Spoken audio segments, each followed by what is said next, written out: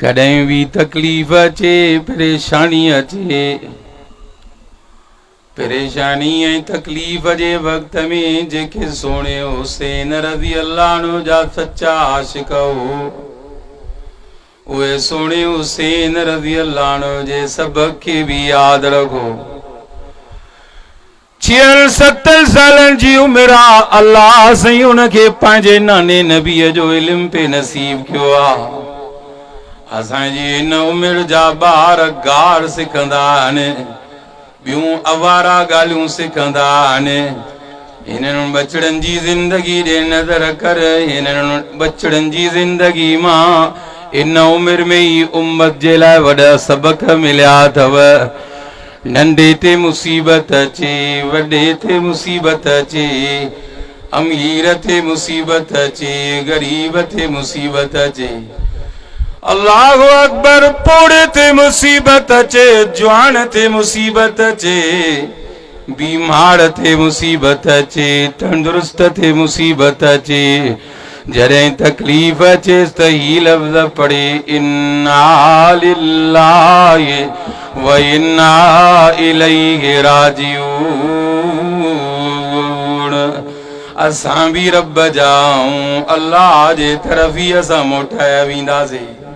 काॾे वेंदासीं साईं? तकलीफ़ रब ॾिनी आ, उन रब जे तरफ़ मनसूब करणी आ। वो अल्लाह ही तकलीफ़ूं ठारण वारो आ। वो रब तव्हां असांखे रस्तो ॾेई रहियो आ। अल्लाहु अकबर। को ॻोठ जो माण्हू ॻाल्हाए, उन जी ॻाल्हि एॾी वॾी ताक़त वारी न अथव। को तव्हांजो वॾेरो ॻाल्हाए, SP ॻाल्हाए, या वज़ीर आला ॻाल्हाए, वज़ीर आज़म ॻाल्हाए, उन जी ॻाल्हि एतिरी ताक़त वारी हैसियत वारी न अथव। अल्लाह जे कलाम जो हिकु हिकु लफ़्ज़ वॾी हैसियत वारो अथव। ही रब जो कलाम अथव। हाज़ा किताबुना यंतिक़ु अलैकुम बिल हक़। ही रब तो फरमाया असांजो किताब आ, हक़ ऐं सच जूं ॻाल्हियूं करण वारो अथव। फरमाई वतम्मत कलिमतु रब्बिक सिद्कन व अदला। रब तो फरमाए मां अल्लाह जी ॻाल्हियुनि खां वधीक कंहिंजी ॻाल्हि सच्ची थी सघे थी, कंहिंजी ॻाल्हि अदल ऐं इंसाफ़ वारी थी सघे थी। फरमाए वमन अस्दक़ु मिनल्लाहि क़ीला। रब तो फरमाए मां खुदा जी ॻाल्हि खां वधीक कंहिंजी ॻाल्हि सची आ। वमन अस्दक़ु मिनल्लाहि हदीसा। रब तो फरमाए मां खुदा जे कलाम खां वधीक केरु सच्चो थी सघे थो पियो। वतसिमू बिहब्लिल्लाहि जमीआ। दुनिया ऐं आख़िरत जी भलाई जे चाहियो था, मुहर्रम जे महीने में फुल पोटा बिरादरी जे प्रोग्राम में अचण वारो अल्लाह साईं दोस्तनि जी ख़ैरात भी क़बूल फरमाए। रब साईं उन्हनि दोस्तनि जो ख़ैर क़बूल करे जिन प्रोग्राम कयो आ। अल्लाहु अकबर। मां ॻाल्हि कई, रब साईं तूं असांजे लाइ मिठड़ो क़ुरान मजीद हिदायत जो रस्तो बणाए ॾिनो आ। रब फरमाए थो जे आख़िरत ऐं दुनिया जी भलाई ऐं कामयाबी चाहियो था, वतसिमू बिहब्लिल्लाहि जमीआ।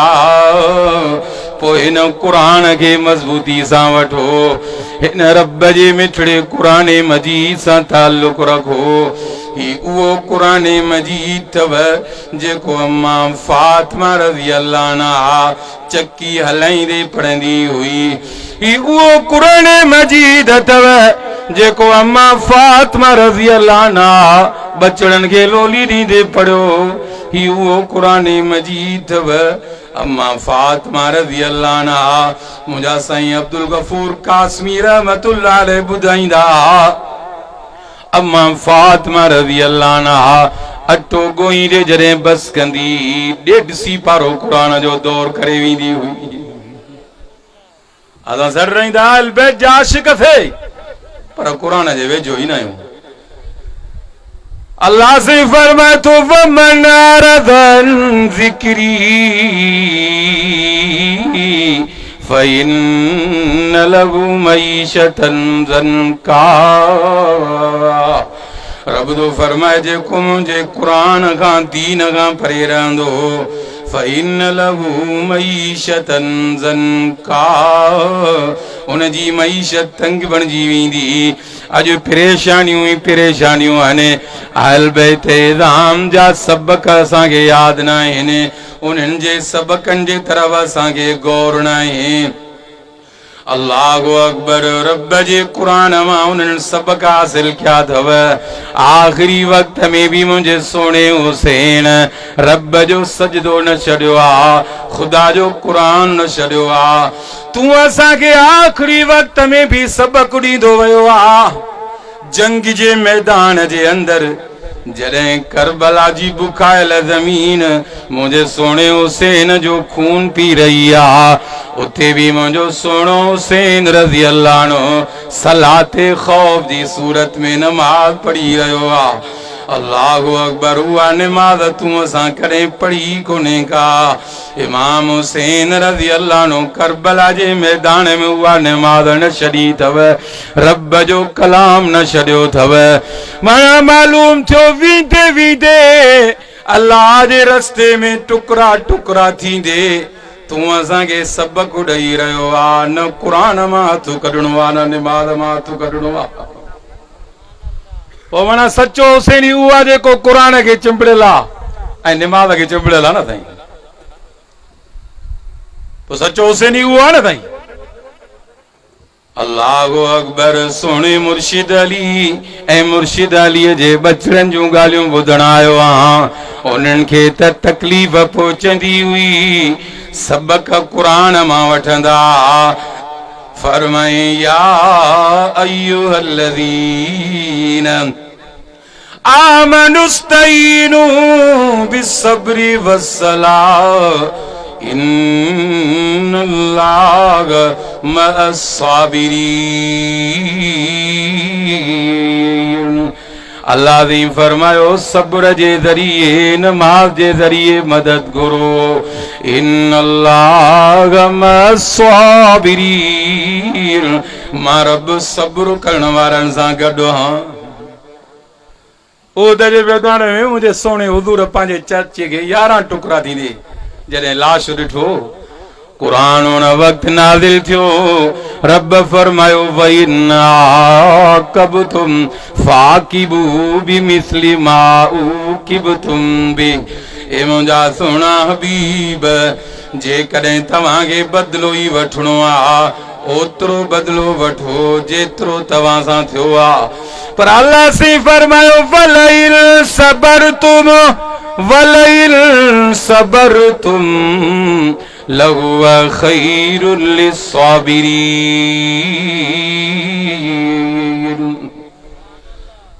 सुभान अल्लाह लगे तो इते मुआगी आ।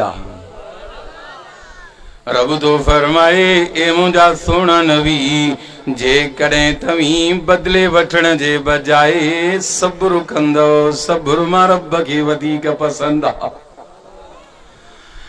अल्लाह खे सब्र पसंदि अथव।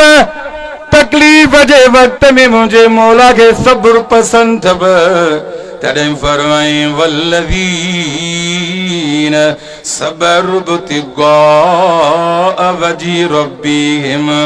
अल्लाह ने फरमायो जिन्हनि सब्र कयो मां ख़ुदा खे राज़ी करण जे ख़ातिर व अक़ामुस्सलात ऐं नमाज़ खे अदा कयऊं व अनफ़क़ू मिम्मा रज़क़नाहुम ऐं मां अल्लाह जेको उन्हनि खे माल ॾिनो उनखे मां रब जे रस्ते में ख़र्च कयूं।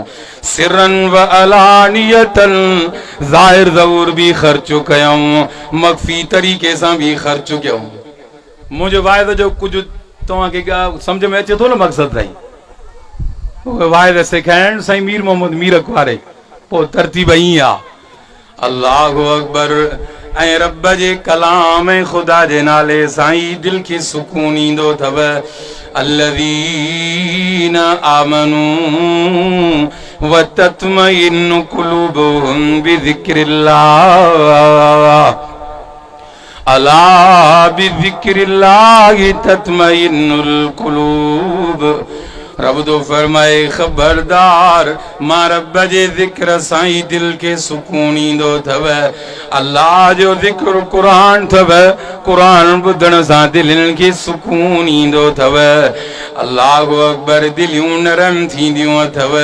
कुरान सां रब जी रहमत वसंदी थव। तॾहिं फरमाई वइज़ा कुरियल कुरान फस्तमिऊ लहू व अनसितू लअल्लकुम तुरहमून। रब फरमायो जॾहिं कुरान पढ़ियो वञे ख़ामोश थी कुरान ॿुधो, मां अल्लाह तव्हांजे मथां रहमत वसाईंदुसि। अल्लाहु अकबर, कुरान ॿुधंदो वञ। अहल बैत इज़ाम कुरान मां सबक वरिता अथव। सोणे मुर्शिद अली खां पुछा कयूं, ए सोना अली काफ़ी यहूदी आया, तूं उन्हनि खे लाजवाब करे छॾियो, इहो किथां इल्मु हासिल कयो थी? चे कुरान मां इल्मु हासिल कयो आहे। कुरान तूं असांखे सब्र जो सबक ॾेई रहियो आहे। फरमाई व अनफकू मिम्मा रज़क़नाहुम सिरन व अलानियतन। अल्लाह जे रस्ते में ख़र्च कयूं, ज़ाहिर ज़हूर बि ऐं लिकी छपी बि ख़र्च कयूं। हिक हथ सां ॾिनो, ॿिए खे ॼणो ख़बर ई न। वयदरऊन बिल हसनति सय्य्य, ऐं नेकी सां बुराइनि खे मेटाईंदा रहिया। उलाइक लहुम उक़बद्दार। रब तो फरमाए उन्हनि जे लाइ आख़िरत भली अथव।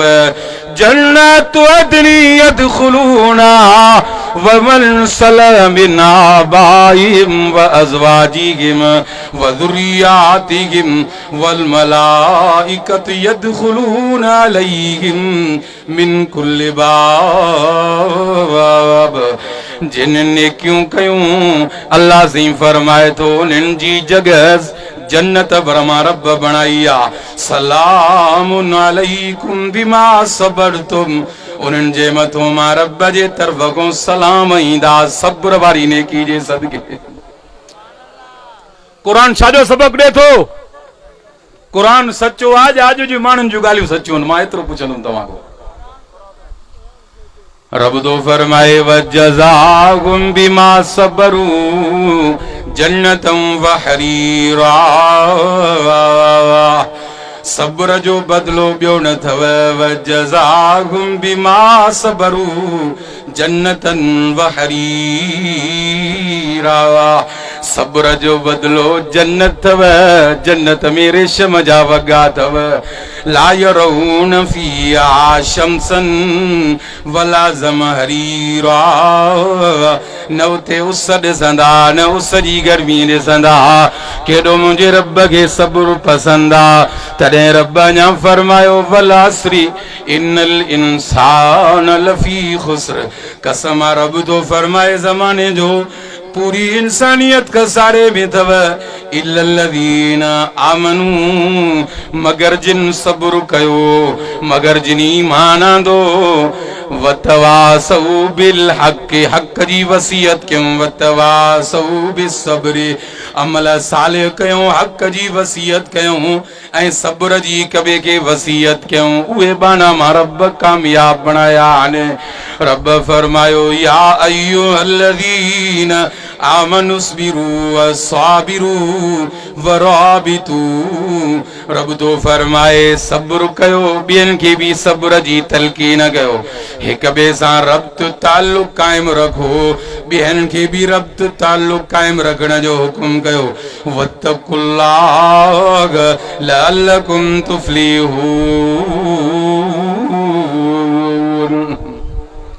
मां अल्लाह जो खौफ रखो, यकीनन तव्हां कामयाब थी वेंदो। वाह सोना मुर्शिद अली, तुझे सब्र के सलाम आ। अज हिक वक्त कंहिंखे मानी न मिले जज़ब फज़ब कंदो, परेशानी में अलाए शामो छा चवंदो।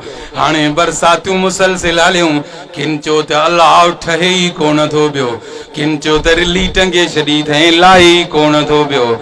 मुंहिंजे सोणे नबी सल्लल्लाहु अलैहि वसल्लम जे बचड़नि जे घर में फाको आहे। अल्लाहु अकबर, काफ़ी ॾींहं गुज़री विया आहिनि, घर में गब्बो खाइण जे लाइ न आहे। अहल बैत इज़ाम जे घर में कुछ नाहे, केड़ी तकलीफ़ जो मामलो आ। अल्लाहु अकबर, मुझे सुने नबी के केड़ा प्यारा आहिनि अहल बैत। ऐं अहल बैत मां सब को वधीक हुज़ूर खे खैर प्यारो आ।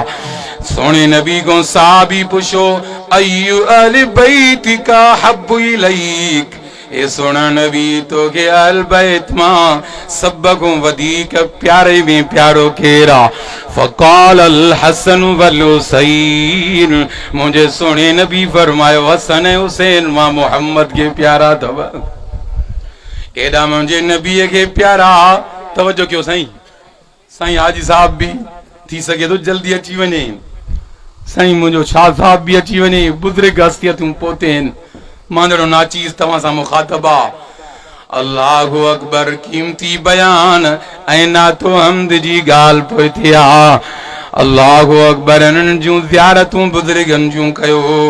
अल्लाह तबारक व तआला तव्हां सां जी हाज़िरी क़बूल फरमाए, आमीन चओ। असांजी त हिक अख साहबा अथव, ॿी अख अहल बैत अथव। मां मुख़्तसर ॻाल्हियूं तोखे चङी तरह सबक करे सम्झाईंदो वेंदुसि। अहल बैत मुंहिंजे सुहिणे नबी खे सभ खां वधीक प्यारा आहिनि। अञा आले रसूल जो बचड़ो साईं सैयद हबीबुल्लाह शाह, मुंहिंजो क़ीमती बयान बाक़ी आहे, तफ़सील सां साईं तव्हांखे इंशाअल्लाह सम्झाईंदा। अल्लाहु अकबर, मुझे सुने नबी जे चादर जे हिकड़े पासे में हसन, बे पासे में सुनो हुसैन। हुजूर का सहाबी जरे यो मंजर डिठो, सुने हबीब सल्लल्लाहु अलैहि वसल्लम जी ज़बान मां लफ्ज़ निकता। तिरमिज़ी शरीफ में हदीस में लिखियल है, हुजूर फरमायो हाज़ानी इब्नाय व इब्ना इब्नती, हे मां मोहम्मद जा बचड़ा दव, मां मोहम्मद जे न्याणी जा बचड़ा थव। सब न्याणियूं मुझे हबीब के प्यारियूं, पर सभिनी खां वधीक अम्मा फातिमा रज़ी अल्लाह अन्हा हुज़ूर खे प्यारी आहे। पाण फरमाईंदा फातिमतु बिज़तु मिन्नी, फातिमा मां मोहम्मद जे जिस्म जो टुकड़ो थव। मन अज़ाहा फ़क़द अज़ानी, जे मुंहिंजी फातिमा न्याणी खे तकलीफ़ ॾिनी, उन मां मोहम्मद खे तकलीफ़ ॾिनी। उन जा बचड़ा मुंहिंजे सुहिणे नबी खे एॾा प्यारा जो सुहिणे नबी फरमायो, साहबी तो फरमाए, हुज़ूर जन ही लफ़्ज़ चया, अल्लाहुम्मा इन्नी उहिब्बुहुमा फ़अहिब्बहुमा, ए मुंहिंजा अल्लाह मां मोहम्मद खे ॾाढा प्यारा आहिनि, रब तूं बि इन्हनि खे प्यारो रख। फ़अहिब्ब मन युहिब्बुहुमा, ए मुंहिंजा अल्लाह ज़मीन ते जेको इन्हनि खे प्यारो रखे, रब तूं उन्हनि प्यारे रखंदड़नि खे बि प्यारो रखजा। पोइ तव्हां साम्हूं केरु आहे जेको सोणे हसन हुसैन सां प्यार न कंदो? ॿुधायो यार, माण्हू ग़लति था ॻाल्हियूं हिक ॿिए खे ॿुधाइनि, या आले रसूल जी तारीफ़ न कंदा आहिनि। वक़्तु हुजे त राति गुज़री वञे, मां अहल बैत जी तारीफ़ कंदो रहां, खुटंदी कोन। अल्लाहु अकबर, मुख़्तसर ॻाल्हि कयां पियो। हज़रत इब्न उमर रज़ी अल्लाह अन्हुमा ही चवनि था त सहाबा जी अहल बैत सां मोहब्बत न हुई, हिकिड़ी हितों वारनि माण्हुनि जी ॻाल्हि आहे, ॿी क़ुरान जी सोने नबीअ जे फरमान जी ॻाल्हि आहे। अल्लाहु अकबर, ॿी अहादीस मुबारका जे अंदरि जेके ॻाल्हियूं आहिनि, उहे सुहिणे साहिबिन जे ज़बान अतर जूं ॻाल्हियूं ॿुध, सुहिणे हबीब जूं ॻाल्हियूं ॿुध। हज़रत इब्न उमर रज़ी अल्लाह अन्हुमा खां हिकिड़ो शख़्स मसइलो पुछण आयो, ही बि तिरमिज़ी शरीफ में हदीस लिखियल अथव। इन रजुलन मिन अहलिल इराक़ साल इब्न उमर अन दमिल बऊद, इब्न उमर रज़ी अल्लाह अन्हुमा खां पुछण लॻो, चई जे कॾहिं मक्खी जी रत लॻी वञे कपड़नि खे, उनजे मुतालिक छा हुकुम फरमायो था? हज़रत इब्न उमर रज़ी अल्लाह अन्हुमा जवाब त न ॾिनो। अल्लाहु अकबर, ॾुख में भरिजी वियो। अलल ऐलान सभिनी माण्हुनि खे सॾे करे चवण लॻो, उन्ज़ुरू इला हाज़र रजुल, उन्ज़ुरू इला हाज़र रजुल यसलु अन दमिल बऊद, हिन माण्हू खे त ॾिसो, ही पुछा थो करे मक्खी जे कॾहिं कपड़े ते मरी वञे, उन कपड़े जो हुकुम छा आहे? वक़द क़तलू इब्न रसूलिल्लाह सल्लल्लाहु अलैहि वसल्लम हिन ज़ालिमन मुझे नबी जे बचड़े के शहीद कयो। हिन ज़ालिमन मुझे नबी जे बचड़े के शहीद कयो। अल्लाहु अकबर। सोने नबी जे प्यारे बचड़े जो खून बहायूं। अल्लाहु अकबर। करबला जो मैदान रत में रंगीन कयो। ज़ालिमन के वो खून वहाइणो याद ना है। वरी मक्खी जे खून जो मसलो पुछणा आहिनि। केॾा वॾा इराक वारा ज़ालिमन। तू इते समझो हजरत उमर साईं जे पुट जी सोने हुसैन सां मोहब्बत हुई कि न हुई। हजरत इब्न उमर रज़ी अल्लाह अन्हुमा फरमायो फ़क़ाल नबी सल्लल्लाहु अलैहि वसल्लम रैहानताय मिन दुनिया अल हसन वल हुसैन। रब साईं मूंखे हसन ऐं हुसैन खुशबू बनाए ॾिना अथव। अल्लाहु अकबर। केॾा हुज़ूर खे प्यारा आहिनि। खुतबो पिया जिन मुंहिंजे सुहिणो नबी सल्लल्लाहु अलैहि वसल्लम जुमे जो खुतबो यख़्तुबुना। साहबी चे दो हुज़ूर जन खुतबो शुरू कयो। फयमशियान वयसुरान। ही ॿई बचड़ा अचनि पिया। वालैहिमा सौबानी अहमरान। ॿिन्हिनि खे ॻाढ़ा कपिड़ा पातल आ। फयमशियान वयसुरान। ॿई हर हलनि पिया हर थाबिड़जी किरनि पिया। नंढड़ा हुया। फलम सोने नबी सल्लल्लाहु अलैहि वसल्लम जन को बर्दाश्त न थी सकियो। मुझे सोने नबी खुतबो अध में छॾियो आ। सोने नबी ॿिन्हिनि बचड़नि खे वरितो। अल्लाहु अकबर। हिकिड़े खे सॼे पासे ॾों ॿिए खे खॿे पासे ॾों बीहारियऊं। अल्लाहु अकबर। फरमाइण लॻा इन्नमा अम्वालुकुम व औलादुकुम फितना। रब सच चयो आ। माल ऐं औलाद में तमाम वॾी रब आज़माइश रखी आ। हुज़ूर जन फरमायो मां खुतबो पढ़ा पियो रब जी तारीफ़ कयां पियो पर ॿई बचड़ा किरनि पिया उथनि पिया। मां मोहम्मद को बर्दाश्त न थी सघी। मां अल्लाह जी तारीफ़ अध में छॾी बचड़नि खे खणी आयो आहियां। हुज़ूर साईं जन उस बर्दाश्त न कंदा हा। पोइ तूं ॿुधाए तीर बर्दाश्त कंदा तलवारूं बर्दाश्त कंदा। अल्लाह ने सभिनी के सोने हुसैन जो सच्चो आशिक बनाए। आमीन जो कुरान जो सच्चो इश्क सोने हुसैन वट। नमाज़ सा मोहब्बत सोने हुसैन वट। अल्लाह ने तू असा के सच्चो अल बैत जो आशिक बनाए सभई। आमीन जो। ॾिसो तकलीफ़ आई फाके जो मरहलो आ। बुख थियनि अम्मा फातिमा रज़ी अल्लाह अन्हा बुख जे करे बेहोश थी मुसल्ले ते किरी पई। हज़रत सोनो मुर्शिद अली हसनैन जो अब्बो अली अम्मा फातिमा रज़ी अल्लाह अन्हा जो शोहर अली सोने नबी जो सौट अली फातिह खैबर अली शेरे बबर अली। सोनो मुर्शिद अली कंहिं बि दर खे न वरितो आ। आयो आ सोनो मुर्शिद अली रब जे दर ते। माना तकलीफ़ अचे त काॾे अचिजे साईं। लहू दावतुल हक। कुरान तो समझाए कंहिंखे सॾिजे अल्लाह खे सॾिजे। अल्लाह अकबर। साईं ऐसा वजन अचनि पिया। तवजो कि मां ॻाल्हि ख़तम कयां। उदूनी अस्तजिब लकुम। सॾण तूं असांजो कम जवाब ॾियणो रब जी ज़ात जो कम आ। सोनो मुर्शिद अली रब जे दर ते आयो आ। या अय्युहन्नास अंतुमुल फुकराउ इलल्लाहि वल्लाहु हुवल गनियुल हमीद। तवां सां सभई फ़कीर आहियूं बेनियाज़। सारायल ज़ात हिक रब जी अथव। उहो ई पूरी मखलूक खे रोज़ी ॾींदड़ आहे। बरसात वधी अॻोड़े साईं आज छा हिन ॻाल्हि अॻोड़े निकिती। चयो त माण्हू ॾिस चवनि पिया अल्लाह साईं केॾो ई मुसीबत जो मामिलो कयो पर वरी रेट अहिड़ा चरी आया आहिनि त कंहिं चयो त